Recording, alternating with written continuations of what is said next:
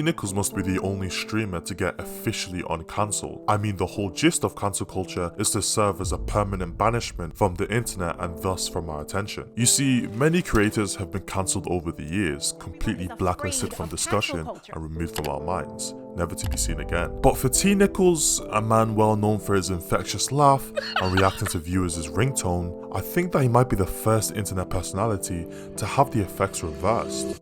We can't even say what we want anymore. Look into the history of it and why. But, there's these radical, crazy wokesters. Cancel culture is the most recent label for a free speech debate that's been going on for a very long time. Where I made jokes about it and I reinforced that kind of behavior. I made a severe and continuous lapse in my judgment.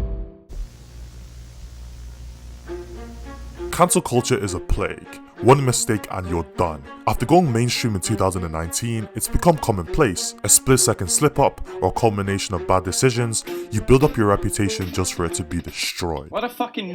Doesn't matter how long ago, 20 days or 20 years ago, no one is exempt. Hi, today's video is going to be the hardest video I've ever had to film. I think in some ways, it speaks to the resilience and willpower of the people on the internet, willing to give up watching or giving attention to a personality they may have previously enjoyed because of their past actions and or misalignment with the beliefs of the masses on the internet. Whether that be an opinion, a literal crime, or just resurfacing of their shitty character, I think there's someone hanging right there. when you're cancelled, you're cancelled. A lot of eyes. And I think fundamentally the idea is that it's meant to be permanent. But not for Nichols, a streamer whose initial cancellation was rendered unfair after over a year being beckoned to return to streaming by the very same people who turned them away. We're getting ahead of ourselves. Let's start at the beginning. Nichols is different. Instead of brazen pranks, explosive stunts, and whatever this is,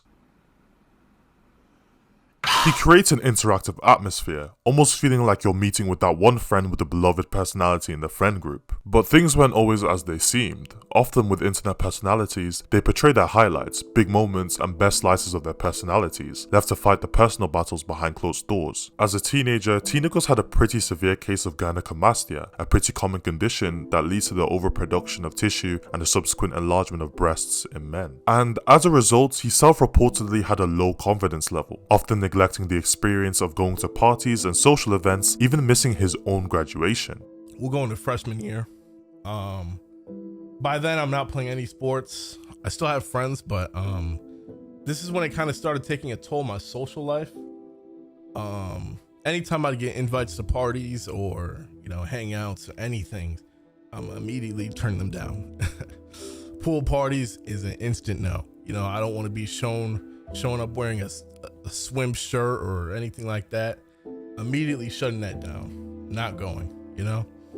And I just remember freshman year was like one of the worst years of my life. This led to an increased time spent on his computer and thus on the internet. You see, as a relatively antisocial kid myself, I think it's important to understand the impact gaming and the internet has had on our generation. YouTube, Twitch, Xbox, PlayStation, it didn't matter who you were in the real world when this is my own world. I might be a loser in high school with no friends, but when I get home to my Discord friends, I'm insta-lock Ash and I'm about to hit champ on Siege. If I have no role models in the real world, I can pick from a vast catalogue of streamers and YouTubers and form a weird little parasocial bond with them. Now, if you grew up extroverted and not socially awkward, you probably think I'm the biggest cornball on earth right now. And you know what? You're probably right.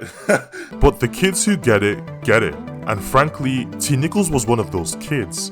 Despite losing a ton of weight in high school, he still felt somewhat insecure, and the life he was building online was just about to grow its fruits.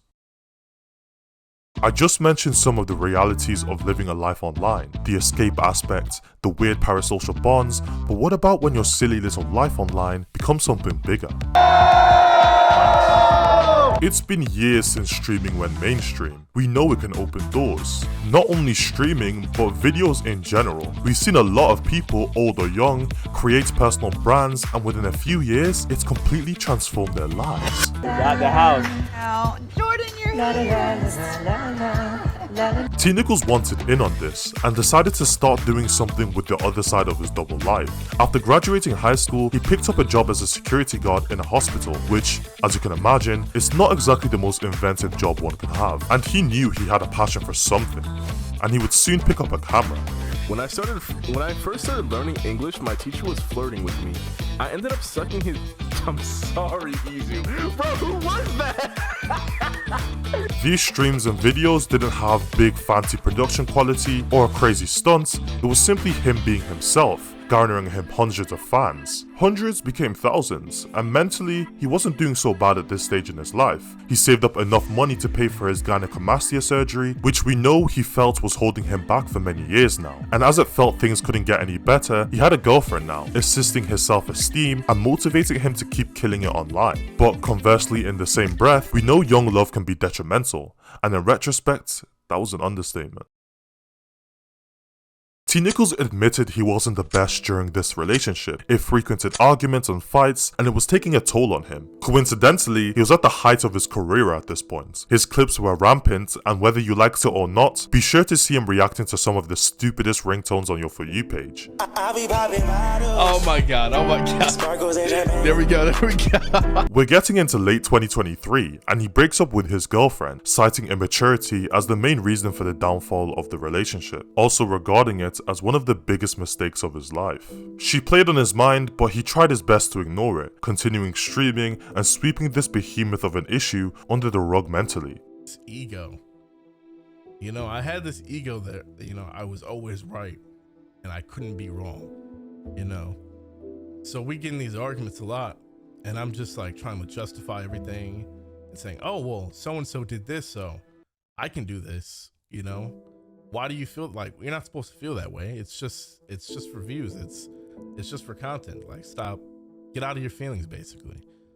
And eventually I ruined, sorry. Eventually I ruined that relationship. I ended up breaking up with her, and I feel like that was definitely one of the worst mistakes that I've ever made. And it was so immature of me, and We're now getting into early 2024, a notoriously tumultuous year for him. After attempting to reconnect with his ex, which was a mixed bag in terms of results, he fell under massive public scrutiny for the leaked DMs. Now, I'm going to look at these from a largely objective standpoint, and objectively, these certainly didn't look good for him. An age gap that was perhaps questionable, but not the worst thing in the world. Either way, it was still a banquet for the ruthless bite of the internet's cancel culture. In every cancellation on the internet, there's 3 stages. The initial discovery or action, then there's the public eye of infamy, and then there's nothing. You're just sort of moved on from, and no matter how loud you scream, it will be into a void where sound doesn't exist. Perhaps, unfortunately, Nichols followed these 3 stages to a T. After the original outrage, he made a few statements, to largely no avail. I've been training over the past 24 hours, and it's obviously not for good reasons, if you've seen. Eventually quitting streaming for an extended period of time. You know, I had lost all my friends, my online friends. I lost her. I lost, you know, the streaming, the YouTube. It didn't feel right. And I was just at this point where I was just like, now what? You know? Never met my dad, proud with the sports. Never went to college like he wanted me to. Never got to, you know, retire my mom, because that was the main goal. In late 2024, weirdly enough, public sentiment began to shift. Suddenly, the streaming scene began to miss him, particularly after an influx of IRL streamers that just felt soulless and lacked the energy and character that Nichols had. The movement didn't gain much steam until early in 2025, when people were basically banging on his door to return to streaming, and then it happened. Last year, I did the dumbest shit you could ever fucking possibly do. I'm a dumbass. Every day last year, for a whole year, I was thinking about making a fucking time machine to go back and slap myself in the fucking face, all right? I'm fucking like, it was dumb. Over the past year, I have contemplated every single day about like Why the fuck am I done? There was little resistance to his return. After all, this was a man who helped many people in depressing moments of their life. Literally, you can see for yourself in his comments. This is exactly why I love the internet. Although there are some weird corporate nuances, at large, it's controlled by the people. The people decide who's in the public eye and who isn't. The people decide who they like and who they don't. As aforementioned, an unwritten rule of cancellation is that it can't be undone. Well, I guess not.